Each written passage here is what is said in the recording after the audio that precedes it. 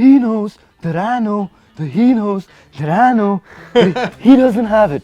So I was like, what? Time लगा फिर to convince them. Was it like an easy thing? तो or मैंने a message couple of- भेजा और फिर उसी दिन बात हुई सब के साथ घर पे एंड लाइक मॉम तो वाज लाइक ये क्या है no and dad was like super supportive and I was like ये क्या हो रहा है He 3-bet you were there. huh? या my dad check raise me और तब तक 3 इडियट्स वगैरह निकल गई थी तो सबको समझ आ गया था कि अब बच्चे को वही करना है जो वो ही करेगा सही है Oh, it was horrible. I was so bad and I was so tired. I didn't know what I was doing. I was a noob at poker. I would say don't try this at home. I'm going to be heading to Las Vegas for the World Series of Poker, ship a bracelet for India and make my country proud. Find this guy winning it in the end. Come on, vamos. Like winning is just addictive. Welcome to 3 Streets by PokerBaazi. I'm very excited to host the first edition of 3 Streets. Today we have someone really special with us, someone who spent first 6 years of his life in Africa, then landed in India, went to Shriram School, Delhi, aced it by scoring 97.25% in his boards, followed by a top tier college, Shriram College again, at the Delhi University, then pursued CA like his dad, like his sister, and got through the big four. And he was doing a regular 9 to 5 when he decided to move to poker. He is now the champion of the circuit's first edition. He's also our team pro.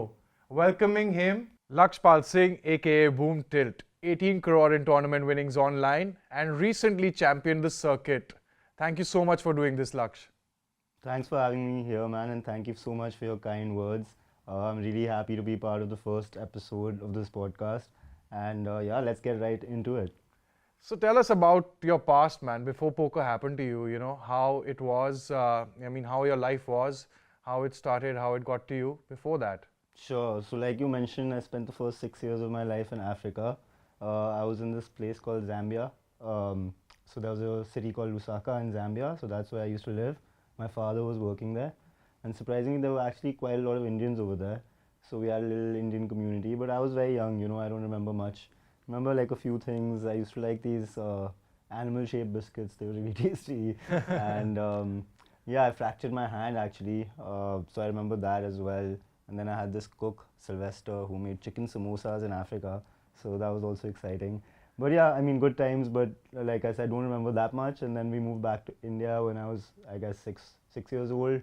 I was in Delhi for 1 year with my grandparents, followed by moving to Gurgaon, and yeah, that's when life really started. I was in Shriram School from 2001 to 12, so like 10, 11 years, and made a lot of friends over there, all my childhood friends, and it's so nice that we're all still tight, like the group of 6 of us, me, Shadul, Cambo, Devang, Mrityunjay, Singla, and yeah, I think I mentioned everyone. Yeah. So yeah, I mean, it was very nice, and I had a great time living in Gurgaon, and met a lot of amazing people. So yeah, that was basically childhood, and yeah. So you pursued commerce, since, the family DNA is all about CA, your dad, your sister, both of them. So did they sort of impact that decision in 11th grade for you, or was it your choice? So to be honest, I wasn't a fan of science. I really liked math. I was pretty good at it. I was good with numbers, and even like subjects like eco and stuff. I never liked the theoretical stuff. I always liked the practical stuff, like the numericals and things like that. So accounting is something I actually wanted to do. Like commerce just seemed like the best option, and of course, my father is a CA, my sister's a CA. So yeah, it kind of like, okay, that's what I have to do.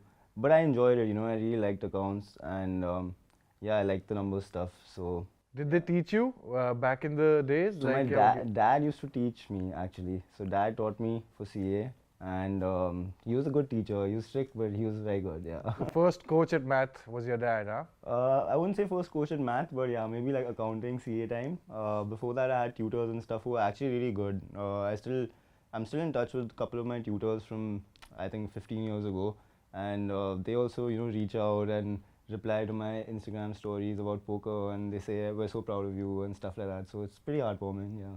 What about your sister? Did you spend a lot of time with her because of your CA or otherwise? Of course, I mean we grew up in the same house and we're very close, and she's been a great support to me all my life, and it goes both ways. So yeah, we have a great relationship, and yeah, we spent a lot of time together. But I wouldn't say much in the CA streets, but she did help me out a little bit studying with audit. And so basically, my sister and I are kind of like polar opposites. She's good with the cramming stuff, and I'm good with the numerical stuff. So every time she had a math problem, she would come to me, and if I needed help cramming something, she would, help me out with ways to do that. So it was pretty cool, yeah. What does she think about your career choices today? Oh, she's very proud of me, and she's like a big fan of mine, and always a great support system. And yeah, my entire family, my mom, my dad, my sister. Have you taught her the game yet? No, I don't think so. Like I said, she was more of the cramming kind, so I don't think poker would suit her. But yeah, no, I haven't taught. What about your dad? You think he'll be a good player? Could be, could be. My dad is patient, He works long hours, like used to work long hours, now he's retired. But yeah, so I think he's a hard worker, and hard work gets rewarded in poker. So he could be good at it. So maybe he side hustle now that he's retired. What about your mom? Tell us about her. So my mom is a housewife. She's a darling, like a sweetheart. I really love her. And so my mom actually back in the day, like in school, my dad used to be very strict, and it was all about education and studies and getting good grades. You know how the Indian education system is, and that's what gets rewarded. So I was always brought up in a way where education was to be valued, which I'm very grateful to my parents for that, because that molded me in a lot of ways.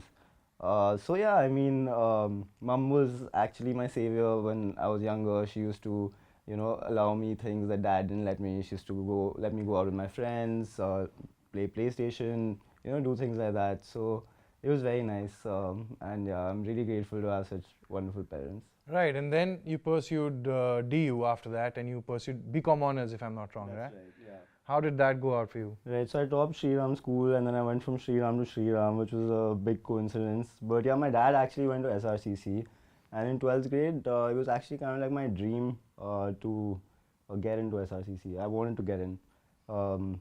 Because like that time I really was like into accounting and whatever. I wanted to get into the corporate world and stuff like that. So obviously SRCC is the first step, right? So yeah, it was a dream, and which I managed to achieve. So that was a very, very special moment in my life. I'm very proud every time I look back. So I get these Facebook memories of like our Founders Day, where like the school toppers and stuff get awarded and stuff like that. So I get this memory, and it reminds me of the day when my result came out. And funny story actually, so I was not expected to top in school.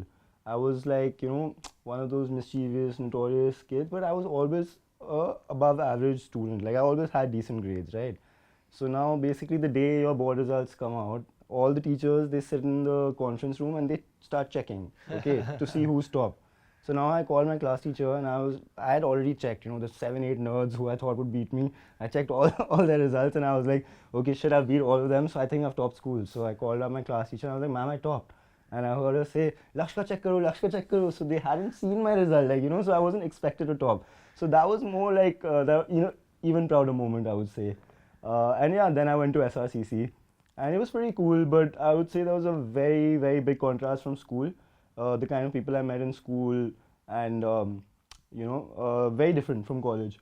I would say a little more studious crowd. Like I didn't fit in much, but I made a lot of friends in DU in general from other colleges, and people from my school were also in like DU in North Campus. So I used to go to campus every day, but meet like people from other colleges and not really hang out in college too much. But college was fun.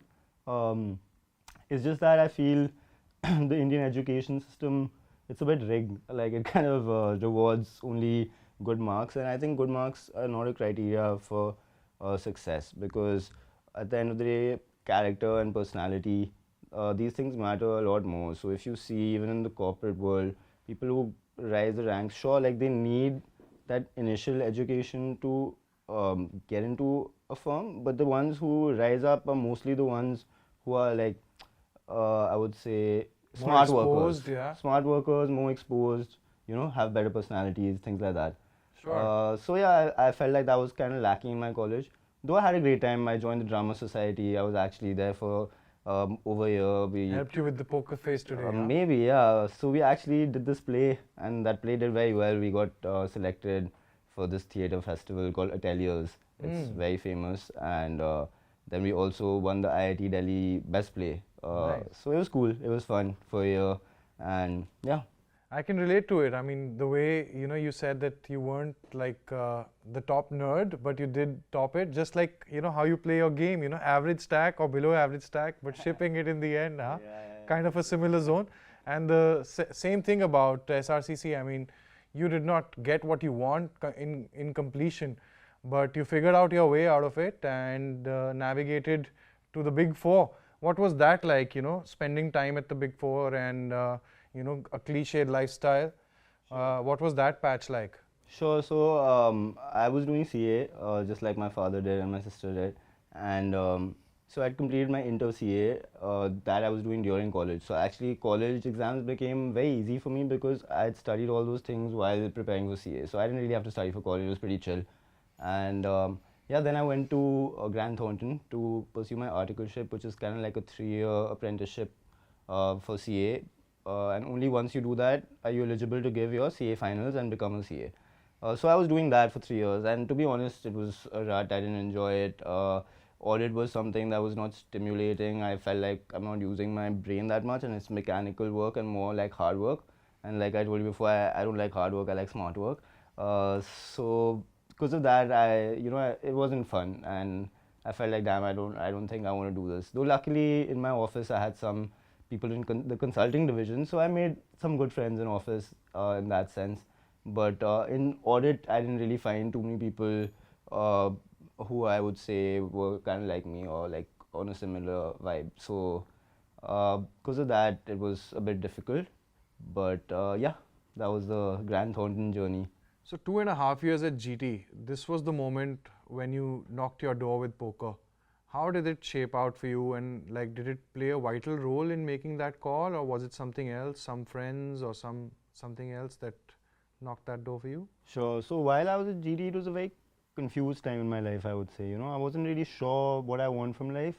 It's like I was just doing something because like that's what was that was the path that was shown to me. It wasn't something that I chose. But at the same time, I didn't know what did I truly want, and that's something that everyone goes through in life. There's this, I mean, I wouldn't call it a midlife crisis because I was pretty young that time, but there are times where people question their decisions, or what are they really doing with their life, are they really happy, things like that. So I was like kind of like stuck in this rut. It was like very boring. I didn't really enjoy the work I was doing. I didn't really enjoy the people I was working with. So that, of course, created a lot of questions in my mind. And around that time, I actually coincidentally found poker. So there's this guy, Sahil Mehbubani, of course, another very renowned player at the poker scene. And he was first cousins with one of my friends in school called Savar. And Savar used to live 2 floors below me in Gurgaon, in the same building. And Sahil used to come back from Hong Kong back in the day, and we used to play basketball together and stuff like that. And fast forward to like 10 years later, and I finally met him again. And this time we were, of course, grown up. And I was at his place and I saw he's playing online poker. And I was like, okay, what is this, dude? I mean, I knew what poker was because I played one hand in like 9th grade or something like that, like literally one hand. But yeah, I was like, cool, this looks cool. And basically, he was playing a tournament. And I was like, wow, like the first time I'm seeing someone playing poker, it's a tournament. And he was explaining to me the nuances of a tournament, like, okay, this is how you convert into big blinds, and when you have 10 big blinds, that time basically there were no min raises at 10 big blinds, it was all in or fold. So he was explaining to me that when you have 10 big blinds, you usually just go all in, and just like small things like that. And I was like, damn, this is very interesting. And I saw that he's making a decision every second, and he was playing multiple tables at the time, of course. So it was like, wow, man, like decision, and that's something that I enjoyed. I like analyzing situations and making decisions based on that. So I was like, cool, this seems fun. And I started sitting behind him more and more and going to his house and just watching him because I really enjoyed it. And from there I started playing myself, very small, like home games, 500 rupees with friends, stuff like that. And there was a couple of my juniors from school. They had also just gotten into poker, like introduced to poker. So we were all playing pretty often, maybe like 3-4 times a week, and for small money, but we just were really, um, we really enjoyed the game. So this is cash games, right? This is cash games and Right. just very small stakes with friends, but it would go on for hours. Basically, we would play like for like 8-10 hours, and it was a really good time. And at the same time, of course, office was also going on, and it was very confusing, you know. And like there were times at office where I was playing sit and goes on my phone because I really enjoyed playing poker. Like that's when I found the game, right? And when you just find the game, it's like wow, like you can't think about anything else. Like you're so excited to like wake up and play and things like that. So yeah, I was playing, you know, a little bit in office also, and it was it was a fun time, getting to learn the game slowly. But again, nothing too serious, just playing for fun, learning, developing an interest, more like a hobby, and yeah. So when was the big moment, like when you knew it that you have to deep dive into this and this is it for you and not GT? Sure. So GT was anyway over. Now I had to prepare for my CA final exams, and that was a task because I did not enjoy the. I stopped enjoying the subjects. I enjoyed a few subjects, but in my head I'm like, okay, I don't want to do audit in the future, so I don't want to do CA because what's the point, right? So. That was basically how I thought. I was also young back in the day.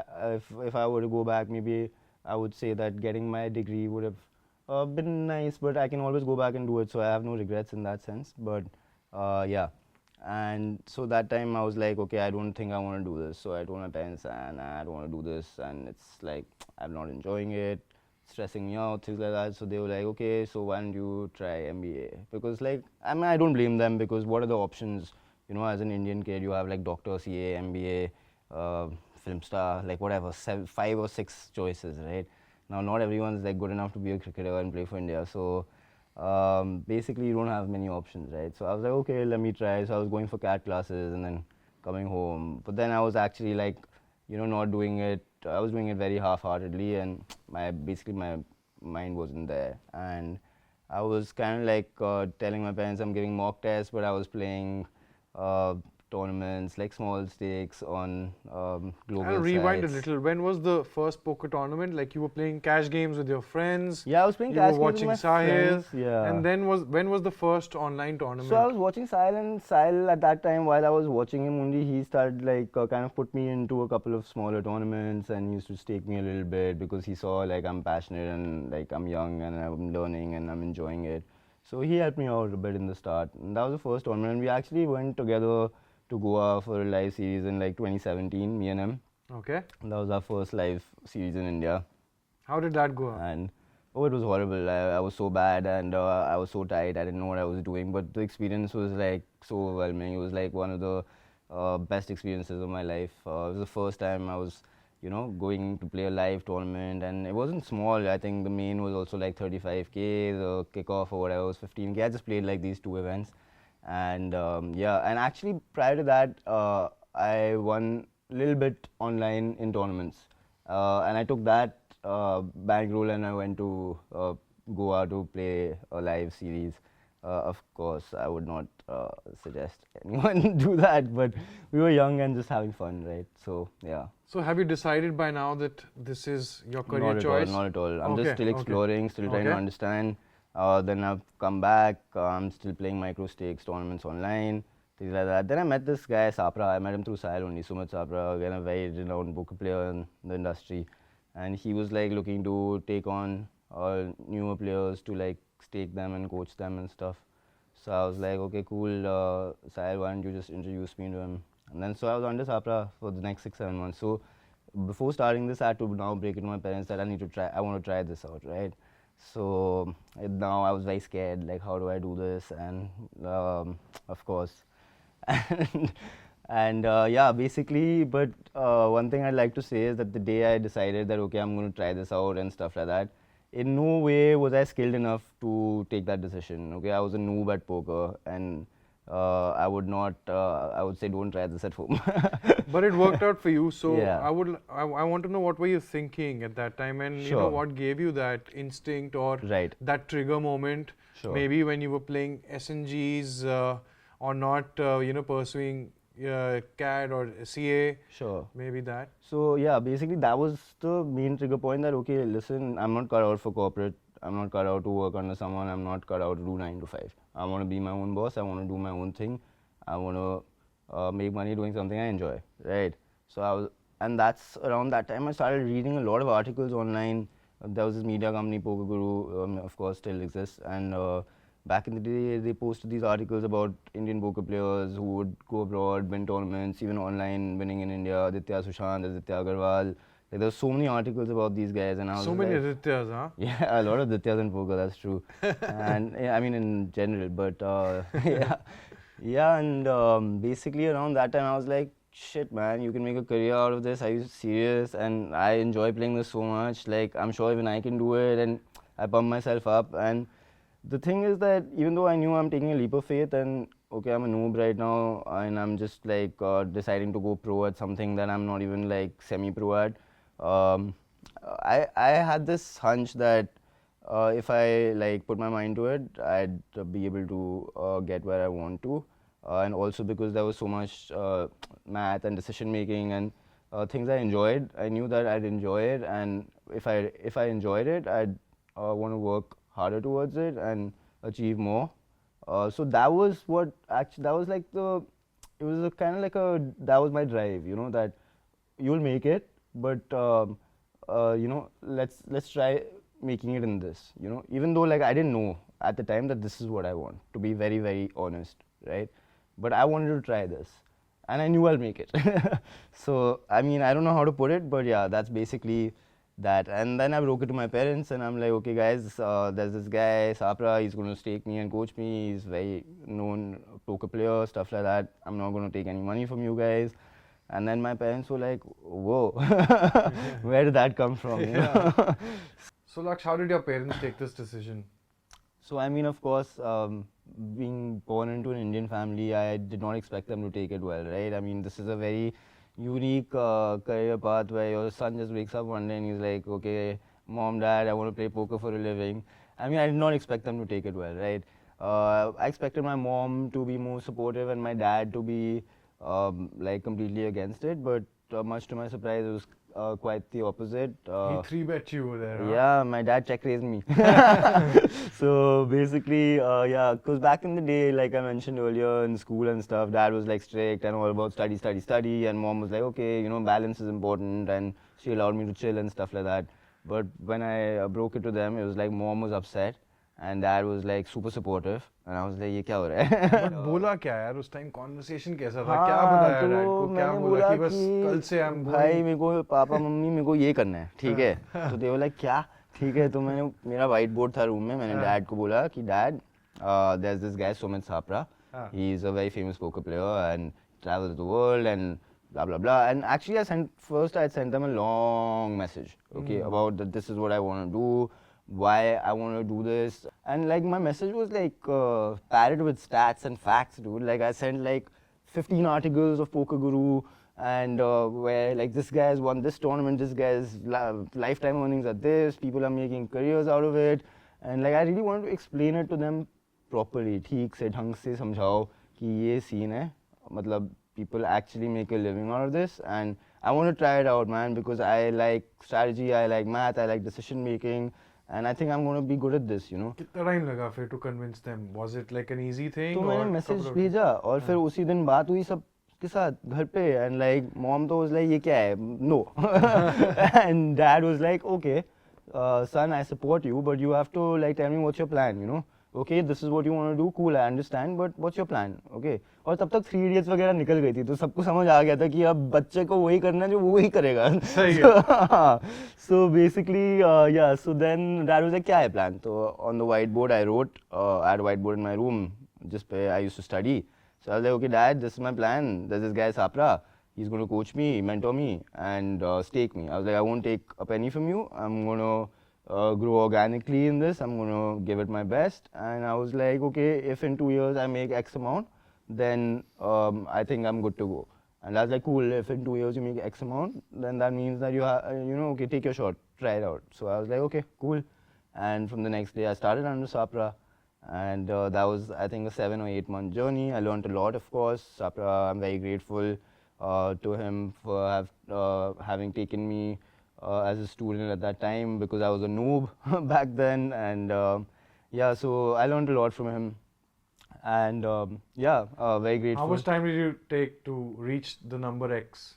So I think I asked for a 2 year time period, and it took me 2 years. Because, okay. because you also have to understand that I was staked for the majority of my career, so I'm not getting the entirety of my profits. So if I were to look at the whole 100% figure, then I must have crossed it much before. But if I were to look at my own personal, share out of that, then I guess it must have taken me. I don't exactly remember the time frame. I was not really a guy who would track exactly how much he's made. I'm a very happy-go-lucky, chill guy. Like, I make, I spend, I enjoy, but I also save. But yeah, so.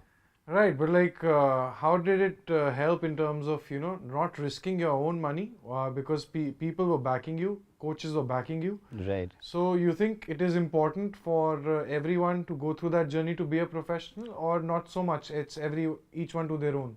I think each to their own. One thing I would say with staking is it has its like pros and cons, right? For me, it was always that if you don't have a bankroll, what's the easiest? Like, the first thing you do is look for staking, right? Or apply to a stable. And I didn't have a bankroll. I did not want to take money from home. I was starting out from zero. I was starting from scratch. So obviously, I needed an investor, someone who would bank on me. And who better to bank on than your own student, right? So if you're teaching someone, you would want to invest in them, because you're investing time, you'll invest money, you'll see returns, right? Simple.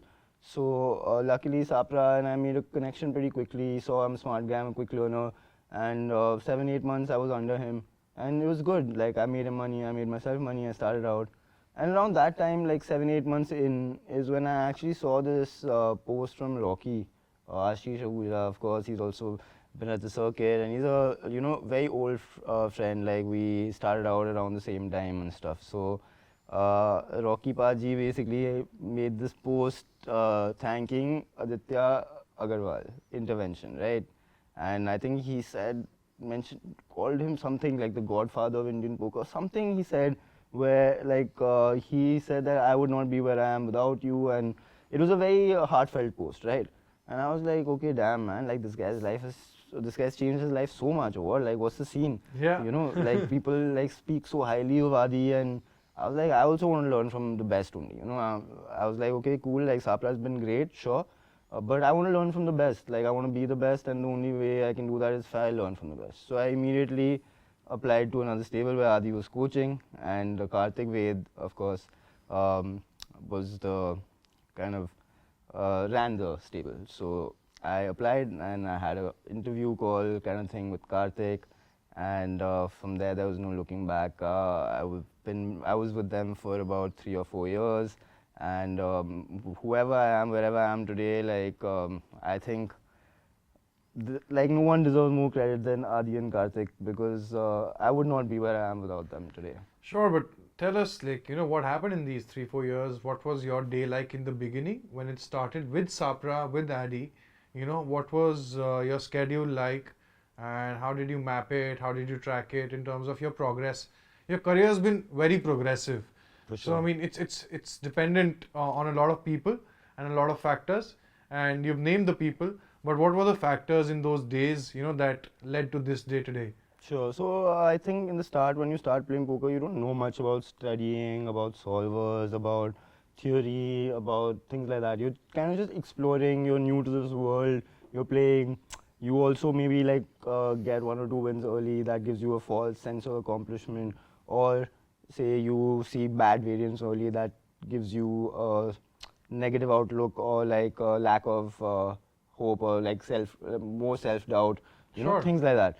So it's very important where you have sane people around you who've been through the journey, who can guide you through it, and who you can always tell how you're feeling, because those are the guys who will explain to you that this is part of the process, right? And these are the guys who showed me solvers, who showed me bankroll management, who showed me all these things that we talk about to be a successful poker player. I could have done them myself, but basically I had someone show me the way, which made things a lot easier for me, you know. And those 2-3 years is what shaped me up, man, as a poker player today, because firstly, it gave me opportunity to play more, right? It allowed me to move up in stakes. It allowed me to be a little freer with, say, firing bullets. Just simple things, right? Like when you're playing on your own, might be a little scared mentality where, you know, you fire one and you're like, okay, I'm done for the day or whatever. But they teach you to be more objective, basically, and is objective, right, in this context. But anyway, so they basically teach you not to be results oriented, right? And to follow the process. And it's like these processes are not really outlined anywhere, right? Like who teaches you anything for free in the poker world? Like sure, there's free content and stuff now, but back in the day there was not much, right? And this was kind of like a stepping stone to the growth and like along the journey. And like Adi, like I have no words, man. Like what a guy, like gem of a human being. I've lived in his house for months at a stretch, lived with him. You know, I'm very close to him, his wife, his son. His son is like my godson, Aryamek.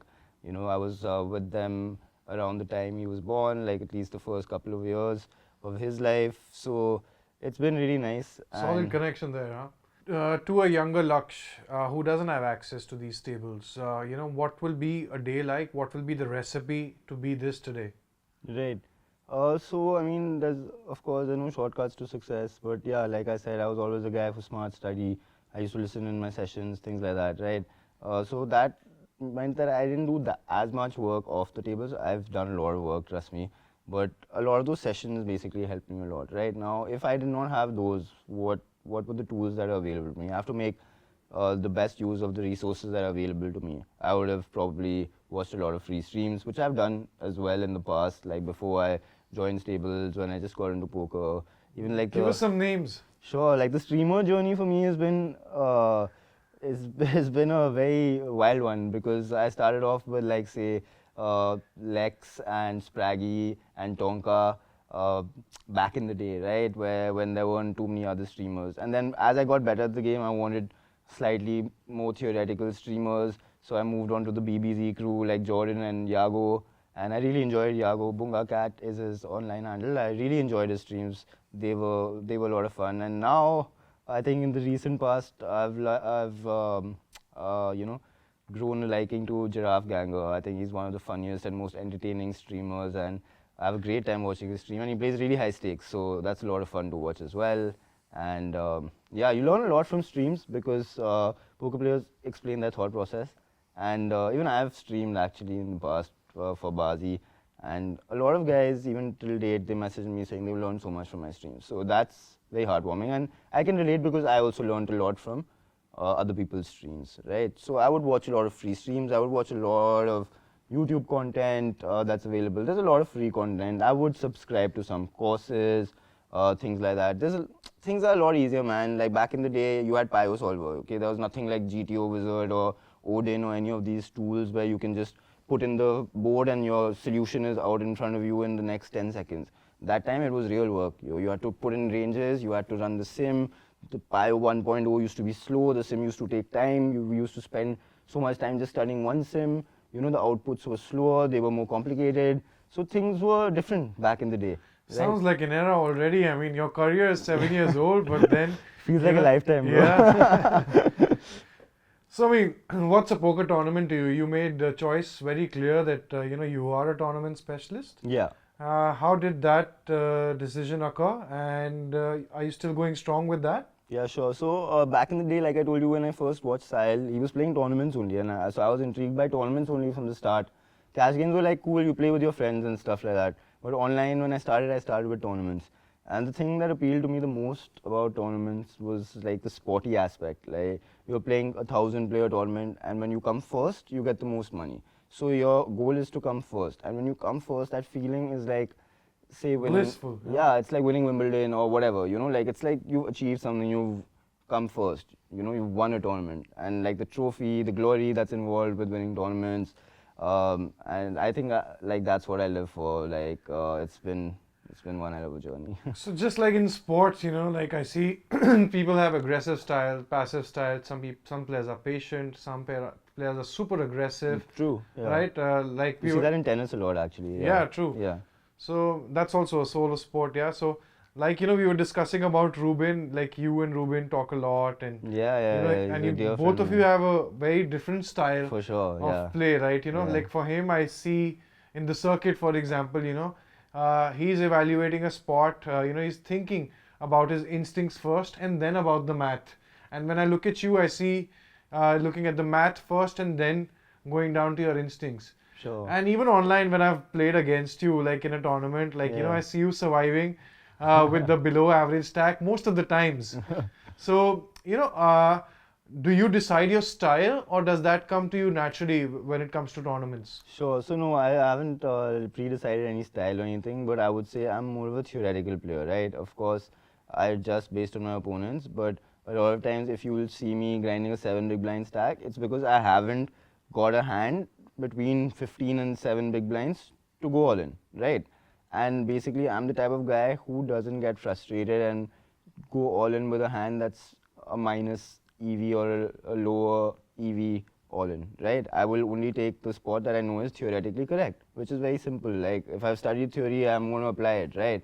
Of course, there are exploits and stuff, but that's another technical this thing. Whereas some guys, like there are different types of poker players. Those poker players who are like more theoretical, and then there are some guys who are more field players or rely more on their instincts and their intuition and their reads. And both styles work, but I think it's important to know theory. It's very, very important to know theory and then adjust and exploit based on how far away from the baseline your opponent is playing. So that's how I look at poker. Yeah. Right, and in that case, is it a lot different when it's live versus online, or I think for you it is the same because it's more so about theory? No, I think in live some more aspects definitely come into play. In live, it's very obvious if someone is tilting. Like there are a lot of things that you can pick up on. You can pick up on reads, on like timing tells, on someone's confidence. Sometimes people just give a tell. Like you might see their heart rate going very high. Like whatever. There are many different. I meant from the point of view of do you adjust as a player live versus online, or is it the same? So one thing I would like to say is, again, the first thing when I'm making a decision is theory, right? The second thing I would look at is, has this person given me any additional information other than theory to deviate from theory? Like suppose in theory, I'm supposed to call a hand on the river, all right? Just giving a very basic example.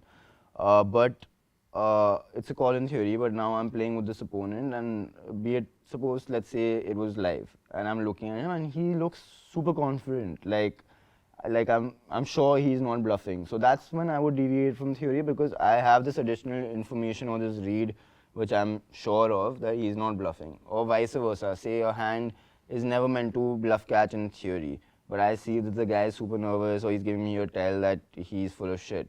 Then I would call a hand even though it's not a call in theory. Similar stuff online, like someone snap jams or whatever. Like there are different reads that you so it's basically an added information that helps you make a decision. Poker is all about making decisions with the information that's available to you.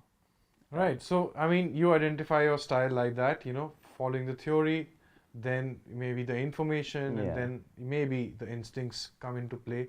When you're playing against strangers, that can be somewhat easy, but when you're at the circuit, you know everyone, you've played against everyone. They're balancing, adjusting.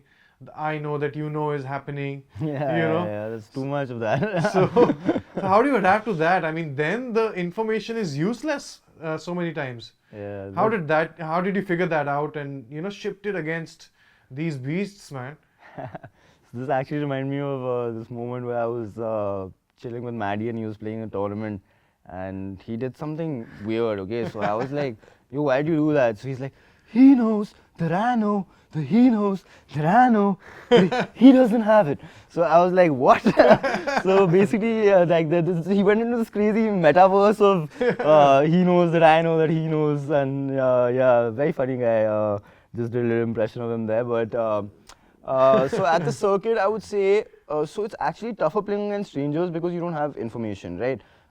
And sticking to theory against strangers is not the smartest thing because people don't play theory. People are like really like strangers, especially like recreationals. They aren't even playing close to theory. So at that time, the things I do is I observe how the guy is playing, and I kind of categorize him into a certain play style, and I make my decisions based on that and not on theory, especially against strangers. Against guys I know that I can stick to theory because they are also close to theory, and then I make slight adjustments based on, I know if like say Ruben 3-bets a little too much, so I can 4-bet a little more against him. Sure. If say I think just when 3-bets a little less, then I can I guess overfold, you know. That's how you win it, because I mean you're saying this was easier versus the strangers.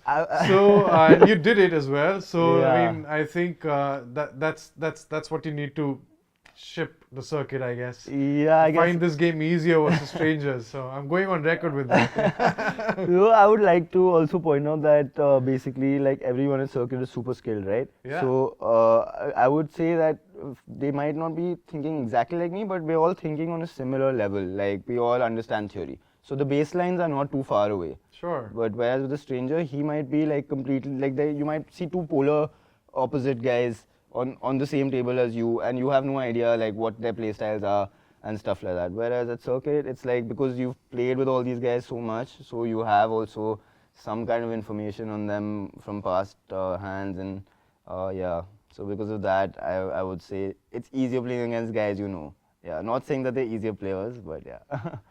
15 lakhs up top, ship the circuit, first edition.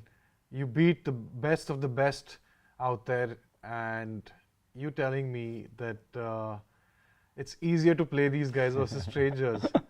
Tell us about this experience. Sure. So I mean, of course, I don't even know where to start.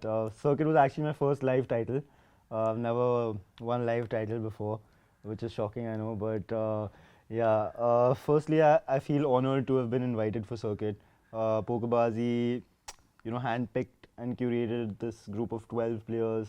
And I think it was a wonderful event. It was super well organized. Everyone worked super hard. And overall, it was just a lot of fun. I enjoyed being there.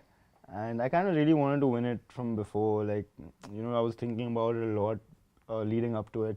And then it actually happened. So that was really cool. And everyone is really close to me at the circuit. And tough competition, of course, very tough tables. It felt like a test match, huh? Sorts like it's like not like a one tournament, one event story where you have to keep working towards a goal for a week. You think that helped you because you're the smart aleck like that? I think I was good at surviving, especially for points. I was keeping that in mind. Like I'd strategized well enough where I knew that okay, I need to finish this position in this event or whatever. And actually, I got kind of lucky that in the first event only I came second and got a lot of points, which made it smooth sailing from there. But honestly, I just had a great time. There was so much banter on the tables.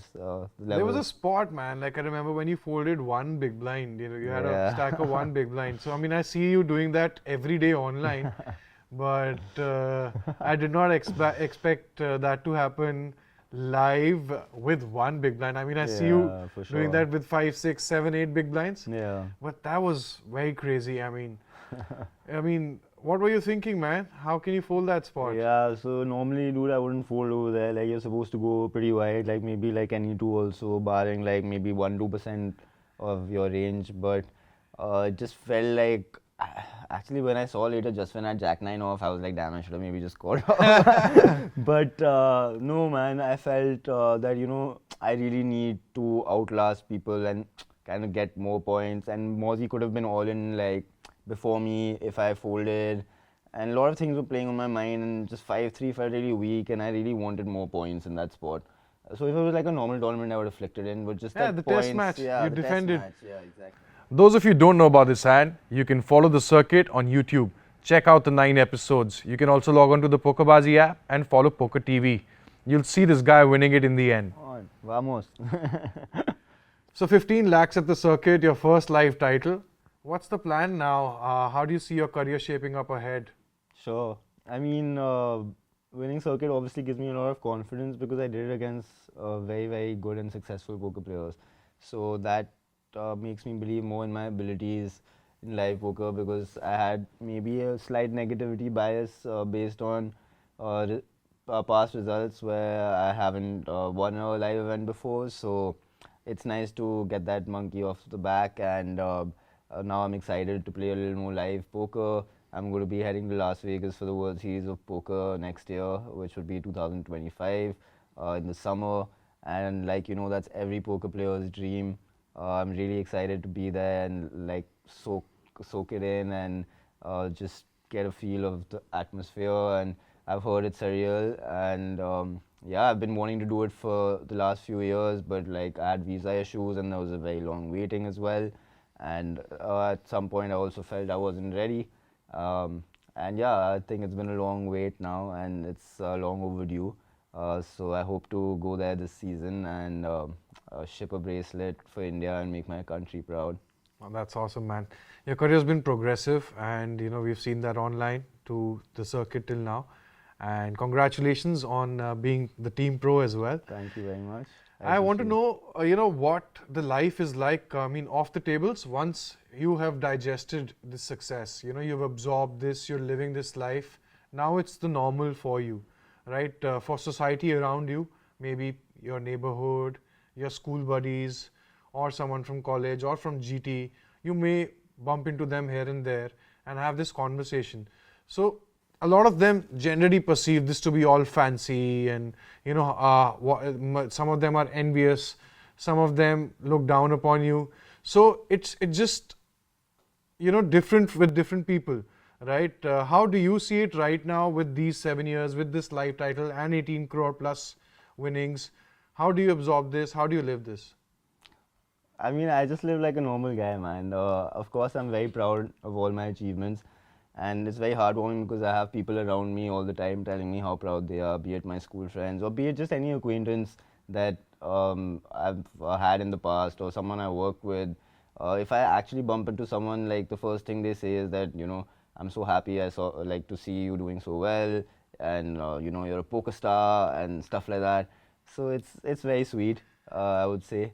Well, like I understand, every time when you're playing a hand, you know, you still feel good about it, you know, because you love the game, you love the sport. Yeah. But now when you're traveling, like sometimes you're away for a month, right? Sometimes you're away for a week. Sometimes it's a good series. Sometimes you break. Right. Right. So what's the mindset like when you're standing in the queue for a security check-in alone, sometimes with a friend, Sure. or sometimes just grabbing a meal because of busting early? Sure. What's the mindset like then?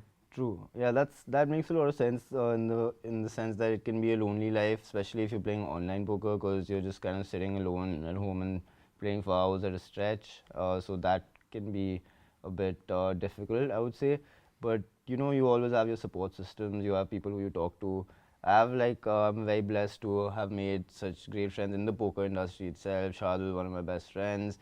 A lot of guys I look up to, Ashish Manod, Gaurav Sood. These guys are great poker players. Sahil's a very close friend. Ankit and I also started together and grew up. Right. So it's like I have all these guys, you know, like I speak to them if I'm kind of like feeling down or feeling lonely. And of course, the best part about other poker players is that they also understand what you're going through. So if there's a time where you're feeling down or something's bothering you, like poker related, or say you bricked and you want to get it out or let off some steam or rant a little bit, you have guys who are there for you. And yeah, I mean, it is lonely, but like, I mean, I'm traveling with my friends, right? And we're all, even though we're competing with each other, we're all rooting for each other as well. So it's. I mean, does it excite you even like when you're making a 8th trip to Vietnam? Is it still exciting? Yeah, because I want to go and win, and like, yeah, like winning is just addictive, you know, like, it's a different kind of adrenaline. Like, if you win in anything, I think, it's just winning is. Yeah, like I see Dhoni still playing, you know. Exactly, like I'm sure he still feels that feeling when he hits a 6. Same thing like I feel when I make a final table, you know. If he hits the winning 6, the adrenaline he'll feel would be similar to what I'd feel if I ship a tournament, you know. So yeah, of course, it happens that where it starts normalizing a little bit, and then you're like, okay, fine, it's just another day, it's just another tournament. This is my life, this is my job, this is my work. Especially online, it feels a lot more live. I would say it feels more special when you win, whereas online it's like just another day at the office. So that mindset kind of comes in. With respect to breaking and stuff, like being a tournament poker player makes you like a brick emotionally. You know, you kind of become devoid of emotions, especially at the poker table. You learn to not be focused on results and to just focus on the process instead. Did I play my hands correctly? Was my mindset good? Did I show up on time? Small things, you know, you start having, rather than having monetary goals, you have goals which are process oriented rather than results oriented. And if you're following those, you should learn to find happiness in that rather than in a win or a loss, because that's more superficial, and that's not guaranteed. Basically, winning or losing is not guaranteed. But if you focus on the process, then the results will follow. So what are the plans for WSOP? Sure. So it'll be my first World Series of Poker at Las Vegas. I'm very excited. It's every poker player's dream, of course. And I mean, we've had like tons of Indians been going for the past few years. Double-digit bracelets are here, right? Yeah, so Abhinav Iyer, a very close friend of mine, he's India's first solo bracelet winner, and then my mentor Aditya Agarwal just again won his first bracelet. He's been going there for a long time. So speak about persistence, you know, like man shows up every year representing his country, and like he's finally won that coveted bracelet, and like we're also proud of him and so happy for him. Right. So yeah, I mean, looking forward to Vegas, of course.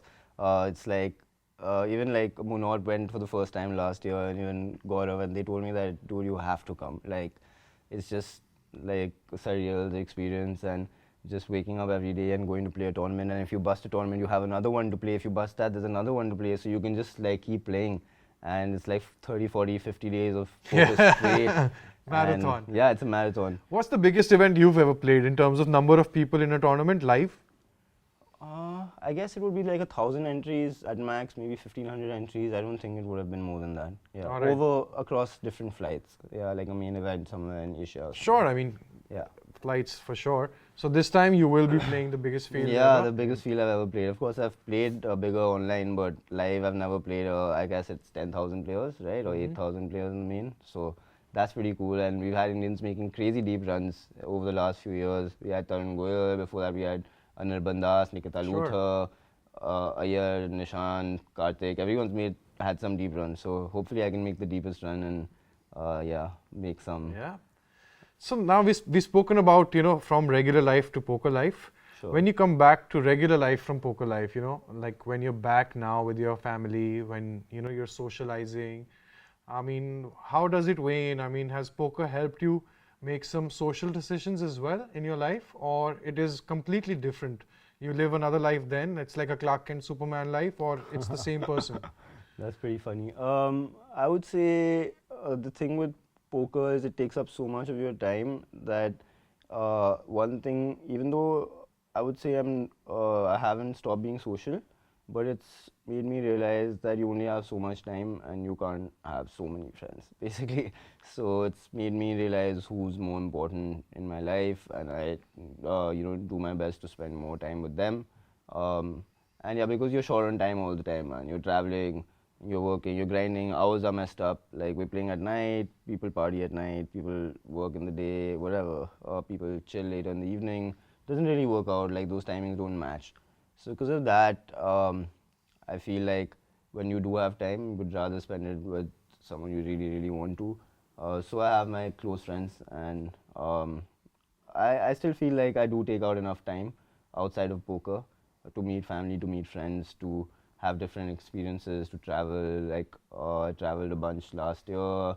I went to a few countries for non-poker stuff, and some weddings, some bachelor trips. So I had a good time, and I keep trying to do this. I keep trying to take breaks from the grind, because otherwise it's just going to take over your life, and balance is important. So yeah.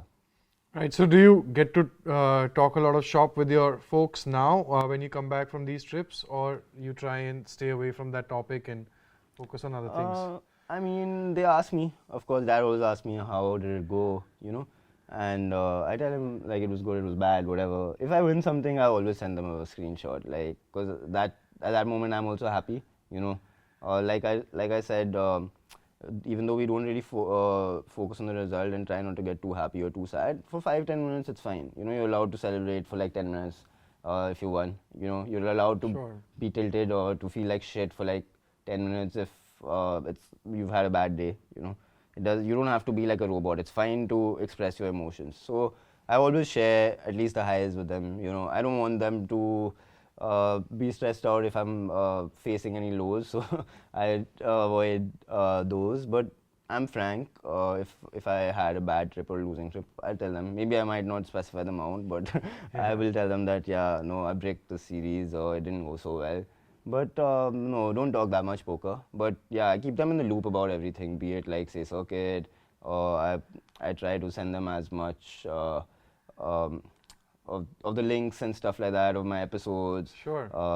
You know, I was in talks with Baazi. I was keeping that updated. I always take advice from him about a lot of things. So yeah, I mean, I have a very good relationship with them overall. You're now a co-team pro with Abhishek Goindi, you know. He's Yeah. also at Baazi Team Pro. Yeah, And now you guys will be traveling a lot more often together. for sure. What's your chemistry with him? Have you been playing with him? I saw you guys together at the circuit. Yeah, so I've actually known Gundi for a long time. I actually met him pretty early on in my career through Sapra. And I think, to be very, very frank, I even told him this. I think he's one of, if not the best poker ambassador in the country. And he does a really, really great job. And people really look up to him. And I really like all his content and all the work that he's done for growing the game. And I even hit him up a few days ago. I wanted to take some advice, and yeah, he's a great guy. And I know for a fact that I have a lot to learn from him, and I will along the way. And I'm really looking forward to it and to Yeah, working he's with a him. great torchbearer. I think both of you complete the story. Like, you know, he's the torchbearer who teaches people, preaches people, Yep. you know, and he's teaching a lot of big names. And you on the other side, is the story is very inspirational and aspirational as well at the same time. For sure. You know, because in a span of 7 years, you know, you've progressed very rapidly and also touched the game with its essence, with theory, and, you know, not just going wild with it naturally. There is natural talent out there, but I feel it's important that everyone goes through that journey of theory, and you've been, you know, a testament of the same. And it's great to see you performing at the online felts and the offline felts. Thank you so much, Laksh. Wish you all the best for your future. Cheers, man. Thank you for having me on the podcast, and I hope to see you soon at Circuit Season 3. Cheers, bro. This game may be habit forming or financially risky. Play responsibly.